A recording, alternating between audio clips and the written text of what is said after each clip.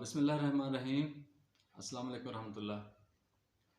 दोस्तों, इन दिनों ना कराची से और अंदरूनी सिंध से बहुत सारे दोस्त अहबाब, हमारे फॉलोअर डॉक्टर्स आँखों की बीमारी से मुतालिक बहुत मशावरत कर रहे हैं, बहुत पूछ रहे हैं कि जी लोगों की आंखें ख़राब हो रही हैं। इधर हमारे इस्लामाबाद साइड पे तो अल्हम्दुलिल्लाह लोग बचे हुए हैं, कोई ऐसा मसला नहीं है। तो उधर सिंध साइड पे ठट्ठा, बदीन, सखर, मीरपुर और हैदराबाद से भी कुछ दोस्तों ने पूछा। तो वो जब सारे दोस्तों के वो मैंने अलामात और साइंस और सिम्टम्स मुझे सारे पता चले हैं ना, तो उन सब दोस्तों के लिए मैं एक कलेक्टिवली एक प्रोटोकॉल शेयर करने लगा हूँ। तो शुरू में तो लोग बता रहे हैं कि जी आंखों में शदीद खारिश होती है और घर में एक से दूसरे को और आगे लोग वो खारिश बढ़ती जाती है, जलन बढ़ती जाती है और आंखों से पानी निकलने लग जाता है। और सुबह जब जागते हैं लोग तो आंखें झपकी पड़ी होती हैं, पीला पीला मवाद सा निकलता है, पिल्लें या गिद्दें या जो भी उसे कहें। इनफैक्ट वो इन्फेक्शन की अलामत होती है। आंखें लाल सुर्ख भी हो जाती हैं, उनके पपोटे भी सुर्ख हो रहे होते हैं। 2 दिन गुजरने के बाद आंखों के जो पपोटे हैं उन पर भी खारिश हो जाती है और आंखों के अंदर तो जलन और खारिश तो होती ही है, आगाज़ में भी और बाद में भी।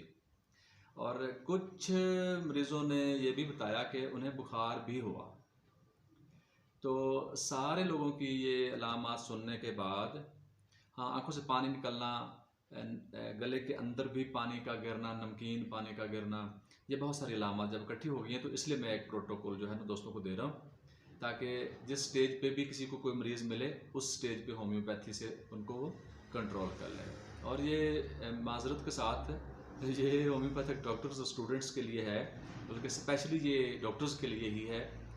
मेरी ये पोस्ट, मेरी ये वीडियो, वो डॉक्टर से लोग आम सुनते हैं तो उसी तरह से दवाइयाँ लेके शुरू कर देते हैं। ऐसा ना करें, डॉक्टर से मशावरत करके फिर दवा शुरू करें।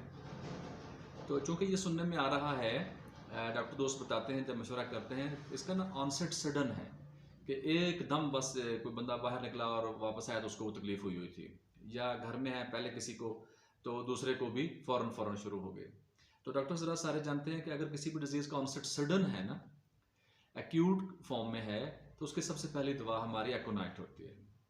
अगर बच्चा है तो उसे 200 में दे दें, बड़ा है तो उसे 1 में एक डोज दे दें।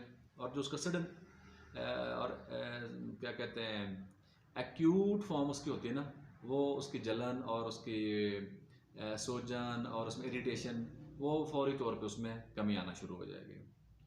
फिर ये कि उसमें से पानी भी आ रहा होता है। पानी की सूरत आने की सूरत में यूफ्रेजिया हमारे 30 में सुबह दोपहर और शाम, याद रहे आंखों में नहीं डालनी, मुंह में डालनी। हाँ, अगर वो वाटर बेस्ड दवा बना के यूफ्रेजिया वाटर बेस्ड बना लें, वाटर बेस्ड बनाने के बाद आप उसे आंखों में भी डाल सकते हैं और भले एक घंटे के बाद एक कतरा डालें। याद रखें कि एक कतरा दोनों आंखों में डालें। एक कतरा डालने से वो कतरा आंखों के अंदर टिकता भी है और वो काम भी करता है। और अगर 2 कतरे डालेंगे तो वो फ़ौरन बाहर निकल जाते हैं, दवाई भी बाहर निकल गई और वो उतना प्रॉपर काम भी नहीं करती।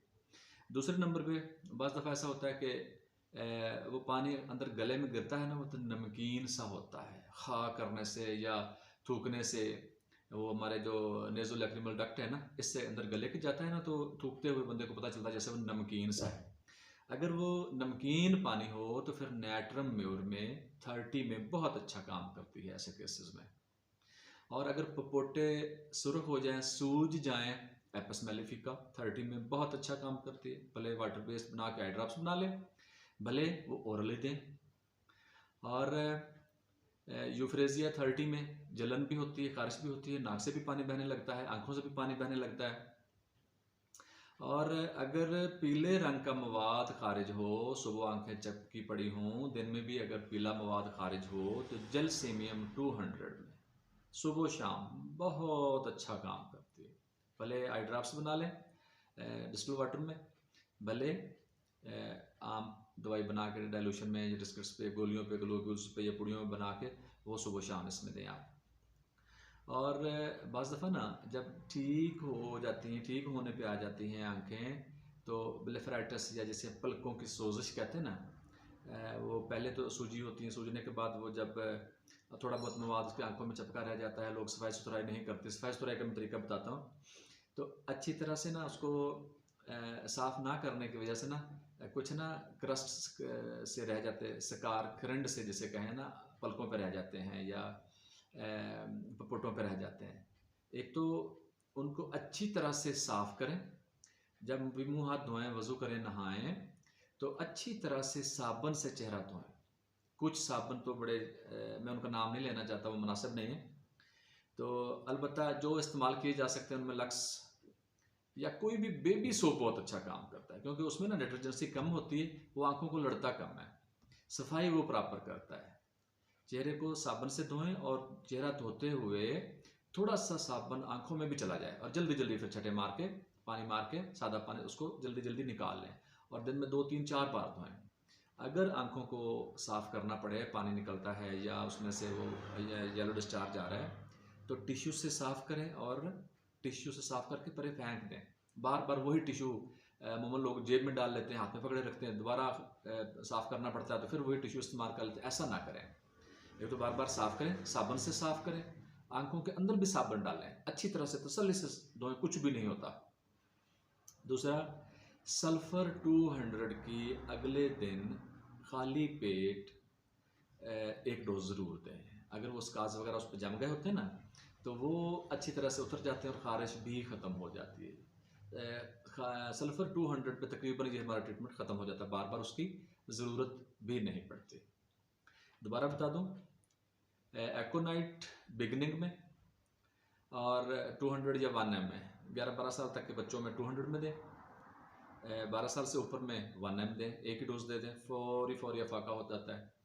नाइट्रम में और पानी आने की सूरत में, नमकीन पानी आने की सूरत में, और नाक से पानी बहे या पीछे यूँ करके खींचें और गिराएं तो वो नमकीन सा बंदे को लगे, तो नाइट्रम में बहुत अच्छा काम करती है। आंखों से भी पानी आ रहा है, नाक से भी पानी आ रहा है, और तो ऐसी सूरत में यूफ्रेजिया 30 में आप खाने को भी दे सकते हैं, पीने में भी दे सकते हैं, और अगर उसके वाटर बेस्ड आई ड्रॉप्स बना लें तो भी आप घंटे घंटे के वक्फे से एक एक कतरा दोनों आंखों में डालें तो बहुत फ़ायदा होगा। उसके बाद साबुन से, बेबी सोप से, या वो साबुन जिनमें डिटर्जेंसी कम होती है, वो साफ़ करें, उनसे अच्छी तरह से आंखों को साफ़ करें। अगर किसी को साबुन से क्या कहते हैं ज़्यादा रेडनेस आ जाए तो वो फिर इस्तेमाल ना करे। अलबत्ता दिन में 3 4 बार, 5 6 बार बल्कि पहले साबुन से हाथ धोएं, फिर चेहरा साबुन से धोएं, फिर वो आंखों में ना डालें। अगर आंखों में डालें तो बहुत जल्दी ठीक हो सकता है। सराउंडिंग को अच्छी तरह से, चेहरे को, आंखों की सराउंडिंग को अच्छी तरह से साबुन से धोएं, बहुत बेहतरीन बताया। एक दिन में भी मैंने लोगों को ठीक होते देखा है। लोगों ने बताया कि जी हमने साबुन से धुलवाया मरीजों को तो वो बहुत जल्दी से और बहुत तेज़ी से ठीक हुए, और उन्हें लंबे प्रोटोकॉल का या वो पीला डिस्चार्ज का या सुबह आंखें चपकने का कोई ऐसा मौका ही नहीं हुआ। तो उम्मीद है कि दोस्तों को समझ आ गई होगी। अगर ना भी समझ आए किसी को तो मेरे नंबर पर रब्ता भी कर सकते हैं। अल्लाह पाक सब दोस्तों को हिफ्ज़-ओ-मान में रखे। दुआओं की दरख्वास्त है। वस्सलाम व रहमतुल्लाहि व बरकातहू।